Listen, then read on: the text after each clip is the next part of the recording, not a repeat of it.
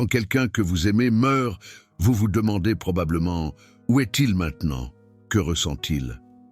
Peut-il encore m'entendre ?» Rudolf Steiner, l'un des plus grands clairvoyants du XXe siècle, a exploré ces questions avec une précision que la science conventionnelle ne soupçonne même pas. Il n'a pas spéculé, il a observé directement, grâce à ses capacités spirituelles développées, ce qui arrive à la conscience humaine après la mort. Et ce qu'il a découvert sur les 3 premiers jours après la mort va complètement changer votre façon de comprendre ce moment de transition. La personne qui est décédée n'a pas disparu. Durant les 3 premiers jours, elle est encore très proche. Elle est toujours connectée au monde des vivants et elle traverse une expérience extraordinaire qu'il est essentiel que vous connaissiez. Avant de vous expliquer ce qui se passe pendant ces 3 jours, je dois vous parler d'un concept fondamental concernant la constitution de l'être humain selon Steiner. Vous n'êtes pas seulement un corps physique. Vous êtes composé de plusieurs corps ou véhicules de conscience qui s'interpénètrent. Le corps physique est simplement le plus dense, le plus visible, mais il en existe d'autres. Le corps éthérique est le corps de l'énergie vitale. C'est lui qui maintient votre corps physique en vie, qui organise vos processus biologiques, qui stocke vos souvenirs. Sans le corps éthérique, le corps physique ne serait que matière morte. Le corps astral est le corps des émotions, des désirs, des sensations. C'est là que vous ressentez la joie et la tristesse, l'amour et la colère, le plaisir et la douleur. C'est aussi le véhicule qui permet la conscience pendant le sommeil. Et le moi supérieur est votre essence individuelle, l'étincelle divine qui fait que vous êtes vous, et pas quelqu'un d'autre. C'est le centre de votre conscience de soi, ce qui demeure à travers toutes les vies. Pendant la vie, ces 4 corps sont intimement connectés. Ils fonctionnent ensemble, comme une unité. Vous ne percevez pas les frontières entre eux, parce qu'elles sont totalement intégrées. La mort est le processus de séparation de ces corps. Au moment de la mort, le corps physique cesse de fonctionner, le cœur s'arrête, la respiration cesse, le cerveau cesse d'envoyer des signaux. La médecine conventionnelle déclare la personne morte à ce moment-là. Mais du point de vue spirituel, ce n'est que le début du processus de mort, pas la fin, immédiatement après la mort physique. Le corps éthérique, le corps astral et le moi supérieur se retirent du corps physique. Ils sortent comme une unité, toujours connectés entre eux. La personne ne perd pas conscience à ce moment-là. En fait, elle expérimente fréquemment une expansion de conscience. Beaucoup de personnes qui ont vécu des expériences de mort imminente, des EMI, rapportent ce moment. Elles se voient flotter au-dessus de leur propre corps. Elles voient les médecins essayer de les réanimer. Elles ressentent une paix profonde, une absence de douleur, une légèreté extraordinaire. C'est le corps éthérique, astral, et le moi supérieur qui observe le corps physique de l'extérieur. Ce moment de sortie du corps est fréquemment décrit comme libérateur. La douleur physique cesse complètement. Les limitations du corps disparaissent. La conscience s'étend au-delà des frontières étroites qu'elle connaissait. Mais ce qui se passe ensuite est ce qui nous intéresse ici. Pendant les 3 jours et demi qui suivent la mort physique, le corps éthérique reste encore connecté au corps astral et au moi supérieur. Et durant cette période, il se passe quelque chose d'extraordinaire. Steiner a appelé cela la fresque de la vie. La personne qui est décédée voit toute sa vie se dérouler devant elle, non pas comme des souvenirs vagues ou des réminiscences fragmentées, mais comme une expérience vivante, tridimensionnelle, complète. Elle voit chaque moment qu'elle a vécu, de la naissance à la mort, tout en même temps, tout temps. Imaginez pouvoir voir votre vie entière d'un seul coup, chaque joie que vous avez ressentie, chaque douleur que vous avez expérimentée, chaque choix que vous avez fait, chaque conséquence de ces choix, tout visible simultanément dans une grande fresque, c'est ce que la personne qui est décédée expérimente pendant les 3 premiers jours. Cette fresque n'est pas linéaire comme notre expérience normale du temps. La personne ne voit pas d'abord l'enfance, puis l'adolescence, puis la vie adulte. Elle voit tout simultanément. C'est une perception qui transcende le temps tel que nous le connaissons. Steiner comparait cela à être au centre d'une sphère géante où toute votre vie est projetée sur les murs en même temps. Vous pouvez regarder dans n'importe quelle direction et voir différents moments de votre existence. Tous vivants, tous présents. Cette expérience est bouleversante. C'est pour cela qu'elle dure 3 jours. La conscience a besoin de temps pour traiter l'immensité de ce qu'elle est en train de voir. C'est la digestion complète d'une vie entière. Beaucoup de personnes qui ont vécu des EMI rapportent avoir vu cette fresque de façon partielle. Elles décrivent voir leur vie défiler devant leurs yeux en quelques secondes. Mais dans la mort complète, cela ne dure pas des secondes. Cela dure 3 jours et demi. La version de l'EMI n'est qu'un aperçu de ce qui se passe dans la mort véritable. Mais ce n'est pas seulement une visualisation passive. La personne ressent aussi, elle ressent les émotions de chaque moment. Et plus important encore, elle ressent l'impact que ses actions ont eu sur les autres. Si à un moment de sa vie elle a blessé quelqu'un, maintenant elle ressent la douleur qu'elle a causée. Si à un moment elle a apporté de la joie à quelqu'un, maintenant elle ressent la joie qu'elle a procurée. C'est comme si toutes les conséquences émotionnelles de ses actions revenaient à elle d'un seul coup. Ce n'est pas un jugement extérieur. Ce n'est pas un Dieu qui punit ou récompense, c'est la personne elle-même qui expérimente la vérité complète de sa vie. C'est une auto-évaluation profonde et inévitable. Steiner a expliqué que cette fresque de la vie est possible parce que toutes nos expériences sont enregistrées dans le corps éthérique.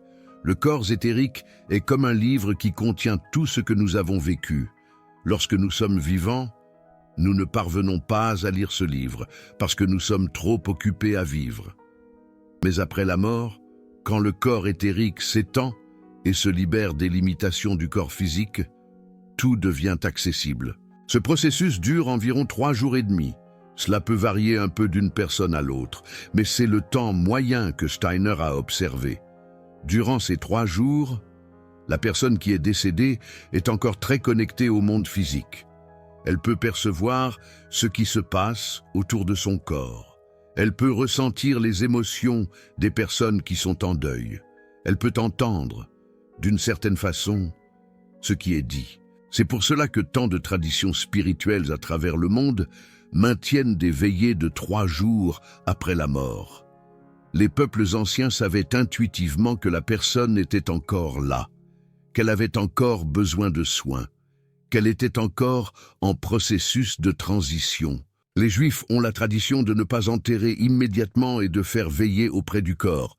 Les bouddhistes tibétains lisent le Bardo Todol, le livre des morts, pour guider la conscience du défunt. Les chrétiens orthodoxes maintiennent le corps à la maison pendant 3 jours avant les funérailles.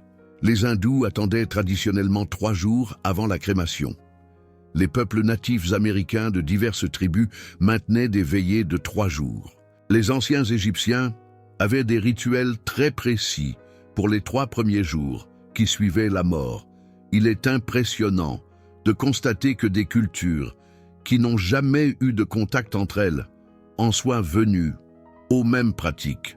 Cela suggère que ce savoir n'est ni arbitraire, ni purement culturel. C'est une vérité universelle que différents peuples ont découverte par différents chemins. Rudolf Steiner dirait que ces traditions proviennent d'époques où l'humanité avait encore une connexion plus directe avec le monde spirituel. Les anciens clairvoyants pouvaient voir ce qui se passait après la mort et ils ont transmis ce savoir à leur culture. Avec le temps, la connaissance directe s'est perdue, mais les pratiques ont été maintenues comme tradition. Les gens ont continué à faire ce que leurs ancêtres faisaient, même sans comprendre complètement pourquoi. La modernité a rejeté nombre de ces traditions, les qualifiant de superstitions. Aujourd'hui, dans beaucoup d'endroits, les corps sont traités avec une précipitation industrielle, morts le matin, enterrés ou incinérés l'après-midi.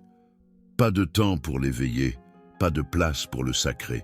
Rudolf Steiner nous alertait sur le fait que cette précipitation moderne peut nuire à la personne qui est en train de faire sa transition.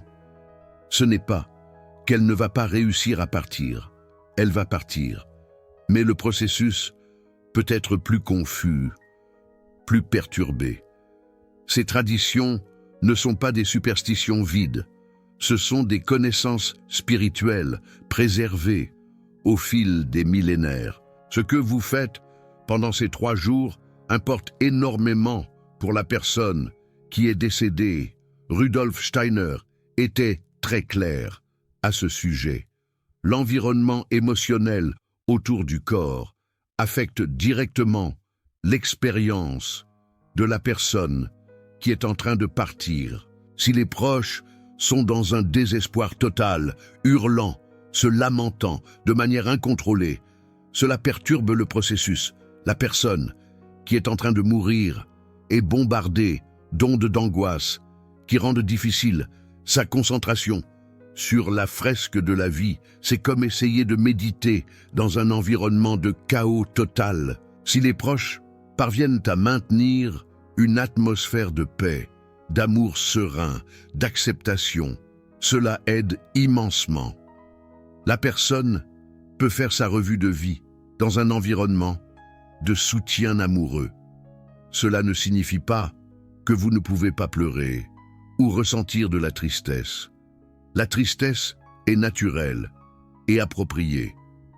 Ce qui aide, c'est d'éviter le désespoir destructeur, la colère contre le destin, les explosions émotionnelles violentes. Rudolf Steiner recommandait que pendant ces 3 jours, les proches fassent ce qui suit. Premièrement, maintenez l'environnement calme et silencieux. Évitez les télévisions allumées, les musiques agitées, les conversations bruyantes. Le silence est bénéfique pour la personne qui est en train de faire sa transition. Deuxièmement, lisez des textes spirituels à voix haute ou mentalement. Cela peut être une prière, un psaume, un texte sacré de la tradition que la personne suivait. La personne qui est morte peut encore recevoir ces textes et il l'aide. Troisièmement, parlez à la personne mentalement. Dites ce que vous avez besoin de dire. Demandez pardon pour ce qui doit être pardonné. Offrez pardon pour ce que la personne a fait. Exprimez votre amour. Souhaitez-lui un bon voyage. Quatrièmement, évitez les discussions sur l'héritage, sur qui gardera quoi, sur les questions pratiques qui divisent. Ces discussions perturbent la personne qui est encore là, percevant encore ce qui se passe. Cinquièmement, si possible, n'embaumez pas le corps immédiatement et ne le faites pas incinérer avant 3 jours.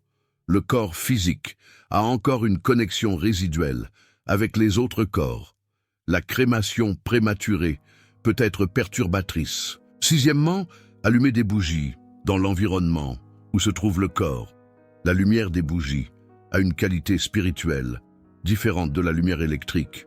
Elle crée un environnement plus accueillant pour la conscience en transition. Septièmement, si la tradition religieuse de la personne le permet, envisagez d'oindre le corps avec des huiles aromatiques. Certaines fragrances, comme l'encens, la myrrhe et le santal, ont été utilisées depuis des millénaires dans les rituels de mort parce qu'elles facilitent la transition spirituelle.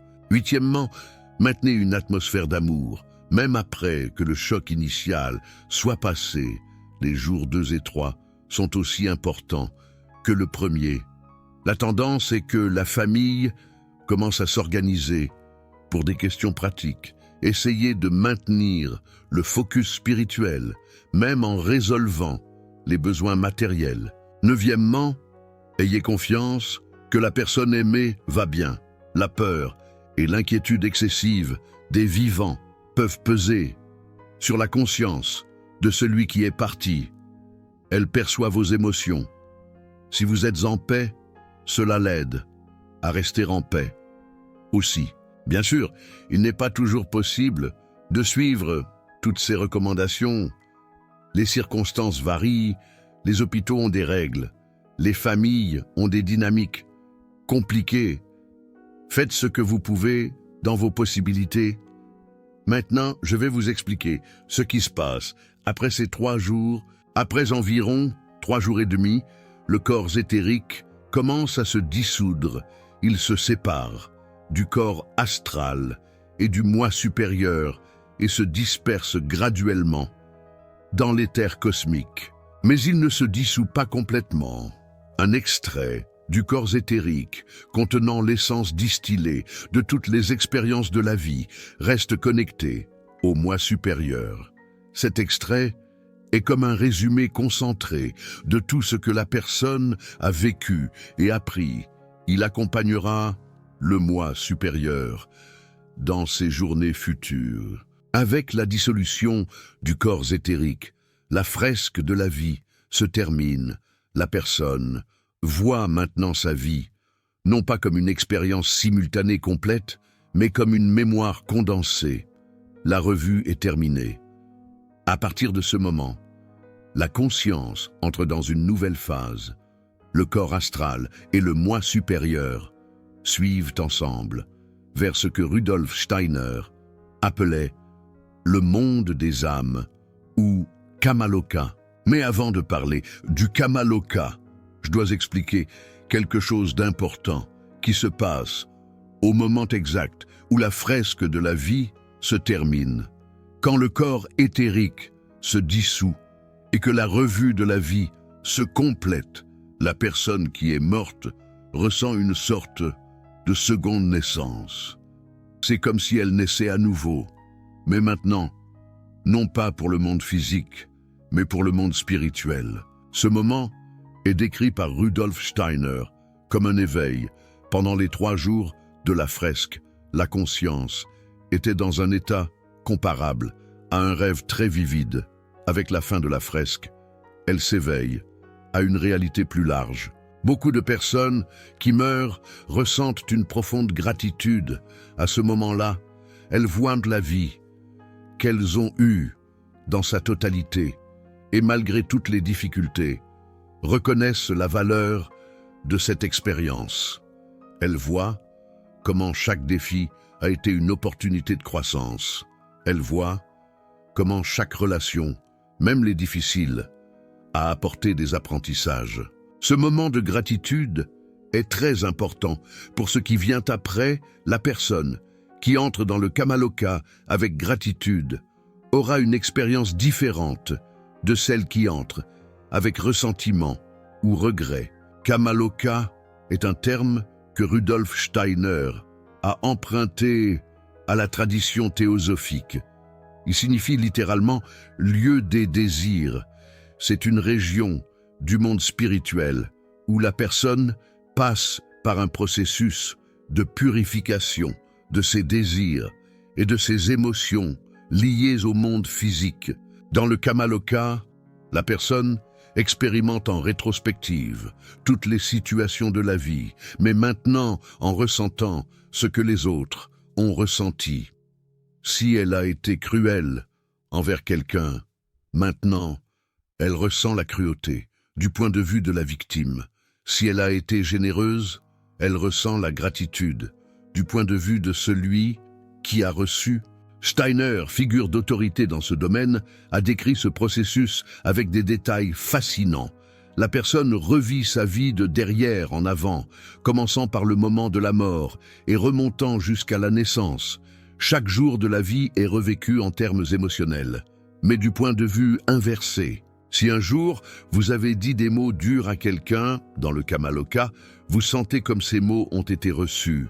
Si un jour, vous avez fait un acte de bonté anonyme, vous sentez la joie et l'espoir que cet acte a éveillé. La durée du Kamaloka est proportionnelle au temps de vie et à l'intensité des attachements matériels.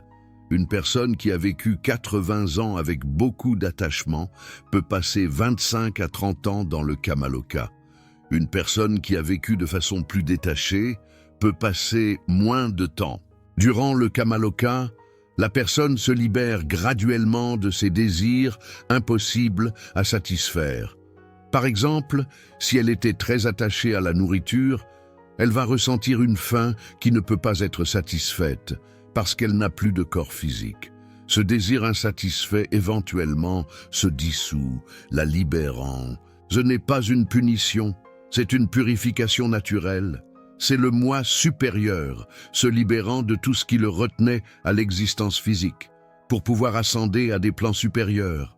Cela peut sembler un purgatoire, et de fait, il y a des similitudes avec la description catholique du purgatoire, mais ce n'est pas un lieu de punition externe.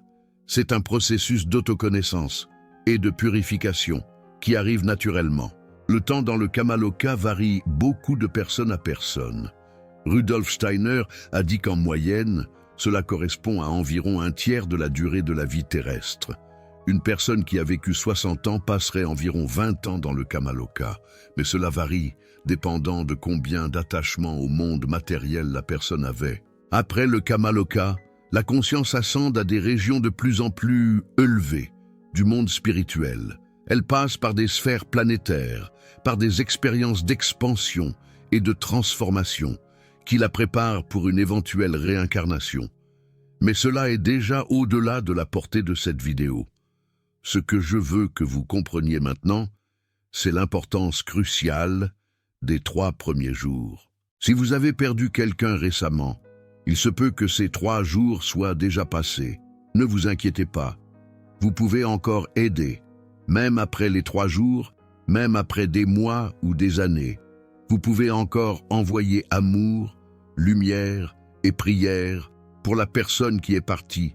Ces énergies arrivent, elles aident. La connexion d'amour transcende le temps et l'espace. Mais si vous accompagnez quelqu'un dans le processus de mort, si quelqu'un que vous aimez est sur le point de partir, maintenant vous savez quoi faire. Maintenant, vous savez que les 3 jours après la mort sont une période sacrée qui mérite votre soin conscient. Il y a quelque chose d'autre que Rudolf Steiner a révélé sur cette période que je dois partager. La personne qui est en train de mourir a fréquemment des visions de personnes chères qui sont déjà mortes avant elle, grands-parents, parents, amis, conjoints, qui sont partis avant, viennent la recevoir. Ce n'est pas une hallucination d'un cerveau en collapse. C'est réel. Ceux qui sont déjà morts ont la permission de s'approcher pour aider dans la transition. Ils servent comme guide, comme pont, entre le monde physique et le spirituel. Si la personne qui est en train de mourir mentionne voir quelqu'un qui est déjà mort, ne rejetez pas cela comme délire.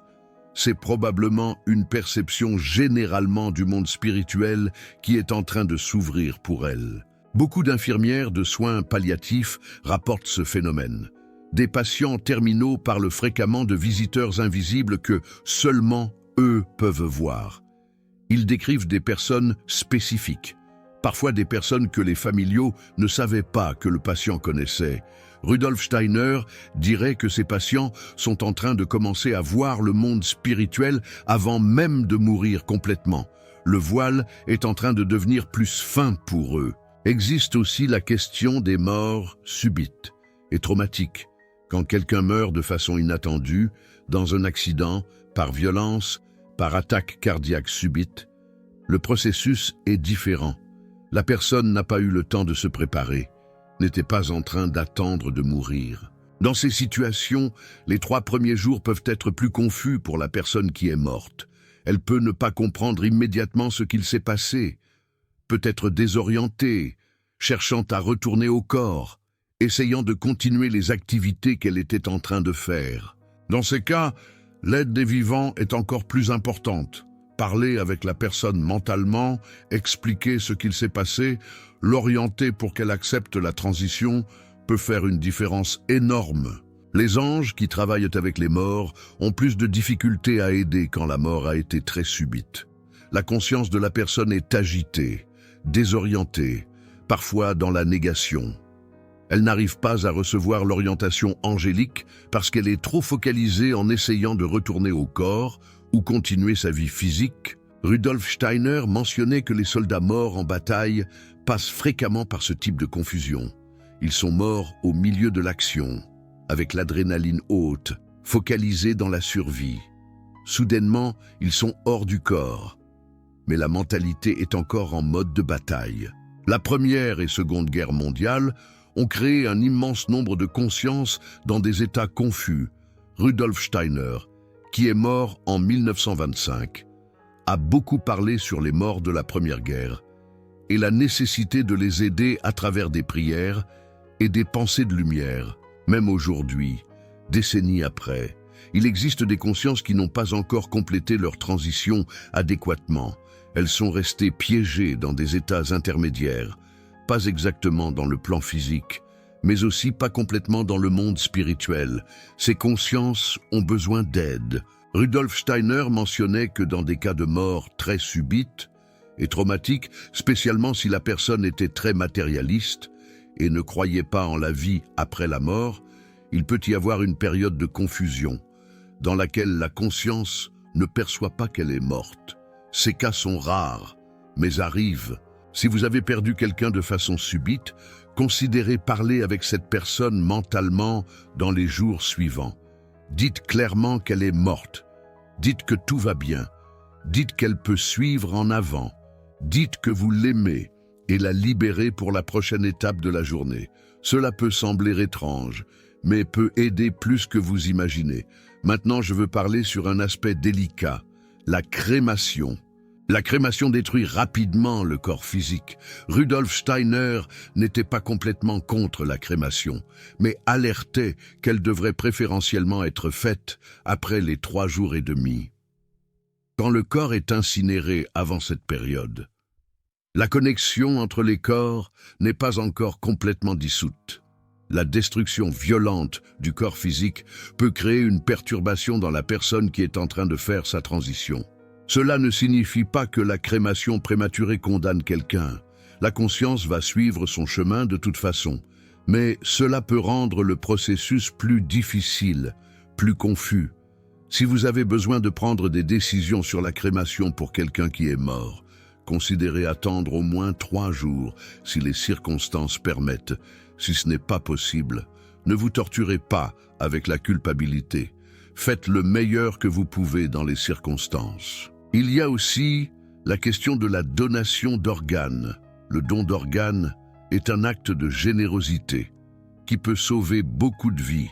Rudolf Steiner n'a pas parlé spécifiquement de cela parce que la technologie des transplantations n'existait pas à son époque. Mais nous pouvons inférer quelques considérations. Le prélèvement d'organes se fait très rapidement après la mort, fréquemment avant les 3 jours. Cela peut avoir un impact sur la transition, mais c'est aussi un acte d'amour qui bénéficie à d'autres êtres humains. Chaque personne doit décider par elle-même, en pesant ses facteurs. Il n'y a pas une réponse unique correcte. Il y a aussi la question des enfants qui meurent. La mort d'un enfant est l'une des expériences les plus douloureuses qu'un être humain puisse vivre, mais Rudolf Steiner a offert quelques perspectives qui peuvent apporter du consolation. Les jeunes enfants n'ont pas accumulé autant de karma que les adultes. Leurs corps astraux sont plus purs, ils n'ont pas la même charge de désir et d'attachement au monde matériel. Pour cela, leur transition après la mort tend à être plus rapide et plus douce. La fresque de la vie d'un enfant est proportionnellement plus petite. Elle n'a pas vécu autant d'années, donc il n'y a pas autant à revoir. Le processus des 3 jours peut être plus bref et moins intense. Les enfants qui meurent sont fréquemment reçus dans le monde spirituel par des êtres angéliques qui prennent spécifiquement soin d'eux. Il existe des régions du monde spirituel dédiées aux enfants qui sont partis, où ils reçoivent soin et amour, jusqu'à ce qu'ils soient prêts à poursuivre dans leur cheminement.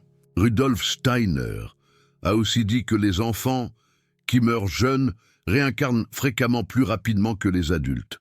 Ils n'ont pas complété leur mission terrestre et tendent à revenir pour la compléter. Souvent, ils reviennent dans la même famille, parfois comme enfants des frères et sœurs qu'ils ont eus ou dans des circonstances reliées. Si vous avez perdu un enfant, Sachez qu'il ne souffre pas. Il est dans un lieu d'amour et de lumière, soigné par des êtres qui se spécialisent dans ce travail, et il y a une bonne chance que vous vous retrouviez de nouveau, soit dans le monde spirituel, soit dans une prochaine vie. Avant de terminer, je veux vous donner une pratique spécifique que vous pouvez faire si vous avez perdu quelqu'un de cher. Dans les jours et semaines après la mort, dédiez quelques minutes chaque jour pour vous connecter mentalement avec la personne qui est partie. Fermez les yeux, respirez profondément et visualisez la personne dans votre esprit. Ne la visualisez pas malade ou souffrant, visualisez-la saine, en paix, entourée de lumière, envoyez de l'amour pour cette image, envoyez de la lumière, souhaitez-lui qu'elle ait un bon cheminement, qu'elle trouve la paix, qu'elle évolue. Vous pouvez parler mentalement avec elle, dire ce que vous avez besoin de dire, écouter ce qu'elle peut avoir à dire. Peu importe si vous pensez que vous imaginez, l'intention amoureuse est ce qui compte. Certaines personnes rapportent recevoir des réponses durant ces méditations, des phrases qui semblent venir de l'extérieur, des pensées qui ne semblent pas les leurs, des sensations de présence. Ne rejetez pas ces expériences comme de l'imagination. Ça peut être des communications genuines. La communication avec les morts est plus facile dans les premiers mois après le départ. La personne est encore relativement proche, encore très connectée, avec ceux qu'elle a laissés derrière, avec le temps. À mesure qu'elle avance dans son cheminement, dans le monde spirituel, la communication se fait plus subtile, bien que jamais impossible. Les rêves sont un canal particulièrement puissant pour la communication avec les morts. Durant le sommeil, votre conscience est plus libre des limitations du corps physique et peut rencontrer plus facilement les consciences qui sont déjà parties. Si vous rêvez de la personne que vous avez perdue et que le rêve semble spécialement vivido et réel, c'est probablement une rencontre genuine. Terminez en remerciant pour le temps que vous avez eu ensemble. Remerciez pour les leçons, pour les joies, même pour les difficultés qui vous ont aidé à grandir. Cette pratique n'est pas seulement pour le bénéfice de la personne qui est morte, c'est aussi pour vous. Ça aide dans le processus de deuil, ça aide à transformer la douleur en amour, ça aide à maintenir une connexion saine. Au lieu d'un attachement douloureux, Rudolf Steiner voyait la mort, non comme une fin, mais comme une transformation. La conscience continue, l'amour continue, la connexion continue, bien que de façon différente. La compréhension du processus de la mort peut transformer complètement votre relation avec la mortalité. La peur de la mort, que la plupart des personnes portent, vient de l'ignorance sur ce qui arrive réellement. Quand vous savez que la conscience continue, qu'il y a un processus ordonné, qu'il existe des êtres de lumière, aidant dans la transition, la peur se dissout. Ça ne signifie pas que vous allez vouloir mourir.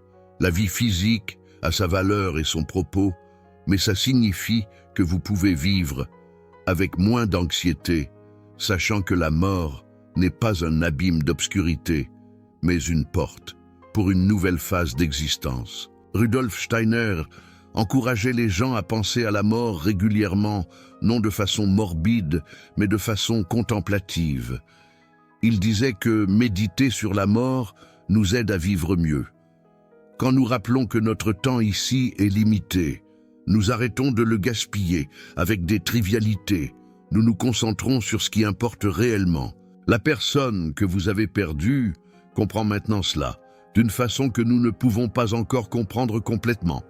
Elle voit la vie terrestre en perspective. Elle sait des choses que nous allons encore découvrir. Quand vous comprenez ce qui arrive, dans les premiers 3 jours après la mort, vous arrêtez de voir la mort comme une tragédie sans sens. Vous commencez à voir ça comme un passage, une transition, une porte pour la prochaine étape d'un cheminement éternel. La personne que vous avez aimée n'a pas disparu. Elle est dans un autre lieu, passant par des expériences qui la préparent à continuer d'évoluer. Et un jour, vous allez vous retrouver, soit dans le monde spirituel, soit dans une prochaine vie. Si cette vidéo a apporté de la consolation pour vous qui êtes en deuil, si ça a apporté de la clarté sur ce que la personne que vous avez perdue peut être en train d'expérimenter, j'ai besoin de vous demander quelque chose. Cette connaissance, sur les premiers 3 jours après la mort, n'est enseignée nulle part de façon aussi complète. La plupart des personnes enterrent leur mort sans avoir d'idée de ce qui se passe de l'autre côté. Apporter cette connaissance de façon accessible exige dévouement et recherche profonde. Si vous voulez que ce type de contenu continue d'exister, le Super Thanks là en bas est une façon de soutenir cette mission de révélation. Ce n'est pas obligatoire, mais si cette vidéo vous a touché, considérez de rétribuer. Chaque soutien permet que plus de personnes découvrent des vérités qui apportent la paix dans des moments de douleur. Maintenant, je veux vous entendre. Avez-vous perdu quelqu'un récemment? Cette connaissance a-t-elle changé votre perspective? Avez-vous eu une expérience qui confirme ce que Rudolf Steiner a décrit? Racontez dans les commentaires. Vos histoires aident d'autres personnes qui passent par la même chose et créent une communauté de personnes qui comprennent que la mort n'est pas la fin. Si vous n'êtes pas encore inscrit à la chaîne, inscrivez-vous. Il y a beaucoup plus de connaissances de Rudolf Steiner à partager sur la vie, la mort et ce qui existe au-delà. Merci d'être ici. Merci de chercher à comprendre les mystères que la science conventionnelle ignore. Et pour la personne que vous avez perdue, qu'elle repose en paix, que son voyage soit illuminé d'une douce lumière, qu'un jour vous puissiez vous retrouver quand le moment sera venu. Nous espérons que cette exploration des enseignements de Rudolf Steiner vous aura apporté un peu de réconfort et une nouvelle perspective sur le mystère de la mort. Une perspective basée, non pas sur des spéculations, mais sur l'observation directe. À très bientôt pour une nouvelle vidéo où nous continuerons à explorer ensemble les profondeurs de la conscience et du monde spirituel. Au revoir.